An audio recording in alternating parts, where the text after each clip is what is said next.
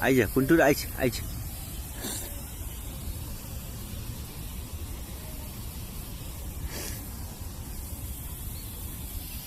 आइज कुन्टुर कहाँ हिँडेको छु आइज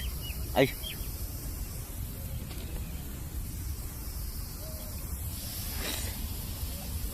किन त्यसलाई बदमास देखि नसक्ने आफ्नो साथीलाई त्यसो गर्नु हुँदैन नि त मिलेर बस्नुपर्छ जनावरमा पनि रिस रागको भावना हुँदो रहेछ साथीहरू होइन मिलेर बस्ने अब आफ्नो एरियामा अरू नआउनु भन्ने होइन सबै जनावरको पनि अनि मान्छे त चेतनशील प्राणी हो नि त मान्छेलाई त त्यो भावना आइहाल्छ नि रिस रागको भावना हुनु होइन भन्छ नि सापाको छोरालाई के अरे बिख र मान्छेको छोरालाई इख भने जस्तो अब जनावरमा सबैमा त्यस्तो इख हुन्छ